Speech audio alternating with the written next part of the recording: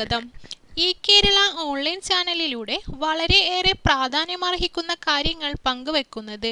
ഇന്ന് സംസ്ഥാനത്ത് service pension, സാമൂഹ്യ സുരക്ഷാ പെൻഷൻ, അതുപോലെ അടിസ്ഥാന സൗകര്യങ്ങൾ തുടങ്ങിയ കാര്യങ്ങൾ മുൻനിർത്തിക്കൊണ്ട് സർക്കാർ ഇന്ന് കടമെടുക്കുകയാണ്. നിലവിൽ 1225 കോടി രൂപയാണ് സംസ്ഥാനത്ത് എത്തിച്ചേരുന്നത്. 18 മാസത്തെ കാലാവധിക്കുള്ളിലാണ് ഈ തുക തിരിച്ചടക്കേണ്ടത്.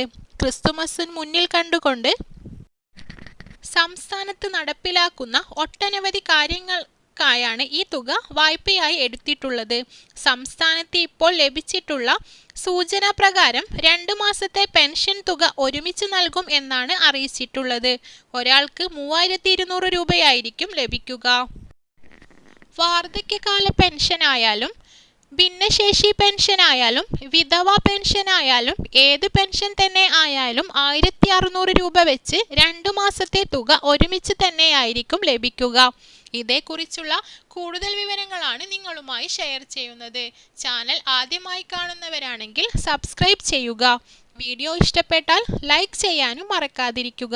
സംസ്ഥാനത്ത് ക്ഷേമ പെൻഷൻ വാങ്ങുന്നവരൊന്നും തന്നെ ഇനി ഇതിനായി നടപടികളൊന്നും തന്നെ സ്വീകരിക്കേണ്ടതില്ല. മാസ്റ്ററിംഗ് പൂർത്തിയാക്കി ബന്ധപ്പെട്ട രേഖകൾ സമർപ്പിച്ചവർക്കെല്ലാം തന്നെ ഈ ആനുകൂല്യം കൃത്യമായി ലഭിക്കുക തന്നെ ചെയ്യും. ഏറ്റവും ഒടുവിൽ നവംബർ മാസത്തിലെ ആദ്യ ആഴ്ചയിലാണ് തുക വിതരണം നടന്നത്. നാളുകൾക്ക് ശേഷമാണ് അടുത്ത വിതരണം എത്തിച്ചേരാൻ പോകുന്നത്. വിശേഷ ദിവസങ്ങളായതിനാൽ സർക്കാർ 2 ഗഡുക്കൾ ഒരുമിച്ച് വിതരണം ചെയ്തത്. മുന്നേ ഓണത്തിനും ഇതുപോലെ 2 ഗഡു ഒരുമിച്ചാണ് നൽകിയത്.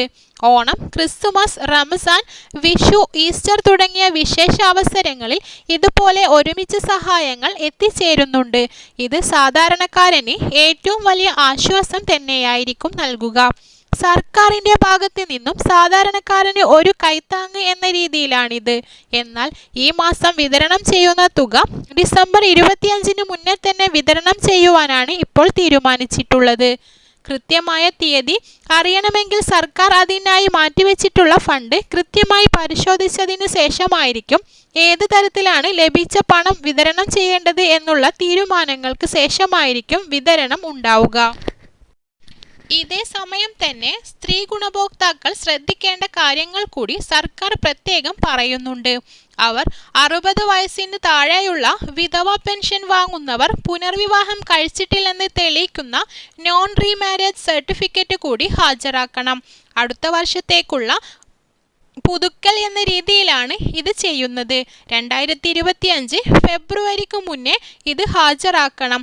സ്ത്രീ ഗുണഭോക്താക്കൾ അക്ഷയ സെന്റർ വഴിയോ CSC സെന്ററുകൾ വഴിയോ നോൺ റീമാരേജ് ചെയ്ത് ഉടൻ സമർപ്പിക്കേണ്ടതാണ്. ഇപ്പോൾ ലഭിക്കുന്ന ആനുകൂല്യങ്ങൾക്കൊന്നും ഇത് ബാധിക്കില്ല. ഇതേക്കുറിച്ചുള്ള കൂടുതൽ വിവരങ്ങൾ അറിയാൻ ഈ കേരള ഓൺലൈൻ ചാനൽ സബ്സ്ക്രൈബ് ചെയ്യുക. ഈ വിവരം മറ്റുള്ളവരിലേക്ക് എത്തിക്കുന്നതിനായി ചാനൽ ഷെയർ കൂടി ചെയ്യുക.